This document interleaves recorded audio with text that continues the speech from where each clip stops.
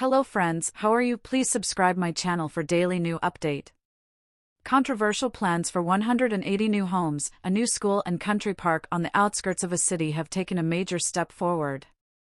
The development in Caister Street, Edmond, near Norwich, has been in the pipeline for more than 3 years and prompted strong opposition from locals.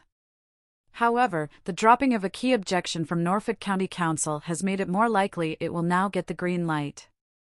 Villagers opposed to the development have criticized the U-turn as bizarre and are lodging fresh appeals with South Norfolk Council to take account of their concerns. The development included a 420-place primary school, a new village hall, and a 63-acre country park, roughly equivalent to 126 football pitches. Some locals believe the scheme, which would be built on land to the north of Caister Lane, will increase strain on local services and heat pressure on roads in the area. The Highways Department at Norfolk County Council had previously shared this view and repeatedly objected to the development, stating it would likely give rise to conditions detrimental to highway safety. The dropping of this objection after receiving more information from the developers in recent months, including details about emergency access to the site, has come as a huge shock to some villagers. They believe the new evidence still does not demonstrate Caister Lane could sustain huge increases in traffic. The fresh objections lodged with South Norfolk Council claimed fundamental risks to public safety had been overlooked and urged highways officials at County Hall to revisit the decision. South Norfolk Council has received more than 200 official objections from local people over the course of the last few years, and an action group has been formed in opposition to the highly controversial development. The application remains under consideration by South Norfolk Council's Planning Department.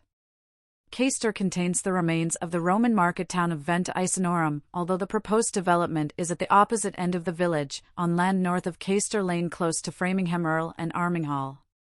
"We've been looking forward to this fight since the morning after the election," said a senior government source, almost with glee, about the government's changes to planning.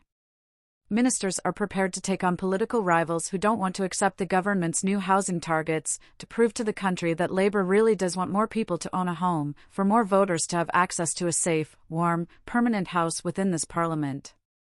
A blizzard of statistics show just how tough it is to buy a home if you can theoretically afford it, or how hard it can be to find decent accommodation if you struggle to make ends meet. Just this week, house prices hit a record high, according to the Halifax, one of the biggest mortgage lenders. 20 years ago, a family might have expected to buy a house worth roughly 4 times their annual income. Now it might be 8 times what they earn, which means the proportion of the population that rents rather than owns has nearly doubled in 2 decades. The numbers of families struggling to find a stable home has gone up massively too. More than 159,000 children in England alone are homeless without a permanent address, a record high. The Housing Benefit Bill to support those who can't completely pay their own way is about £20 billion and rising, a massive price tag for the taxpayer. In other words, this affects us all. Sir Keir Starmer has shouted about building homes since his opposition days, trying out the line "We are the builders" at his party's conference in 2023 and repeating it since. Sources in the sector welcome Labour's concentration and ambition on housing and contrast it with the negative relationship with the previous government. Deputy Prime Minister Angela Rayner, who will be on our show tomorrow, is praised for properly talking to and listening to the industry.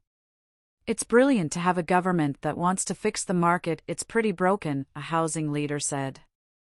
Even a senior Conservative applauded Sir Keir and Rayner's focus on housing and the return of targets for local councils to build. "She is right to bring back mandatory targets, and we were wrong to get rid of them." Some question whether the government's approach is radical enough, but it is busy introducing measures it hopes will help the sector meet what sources describe as a stretching target to build 1.5 million new homes by the end of their term in office, in 2029. Ministers are trying to change the planning rules in a planning bill coming next month, bring back targets for councils, speed up building of big housing developments, and a new task force hopes to create new towns. The political message you'll hear regularly, not just from Rayner on housing, but from the Prime Minister on nuclear reactors and the Chancellor Rachel Reeves on Heathrow, is, the answer can't always be no.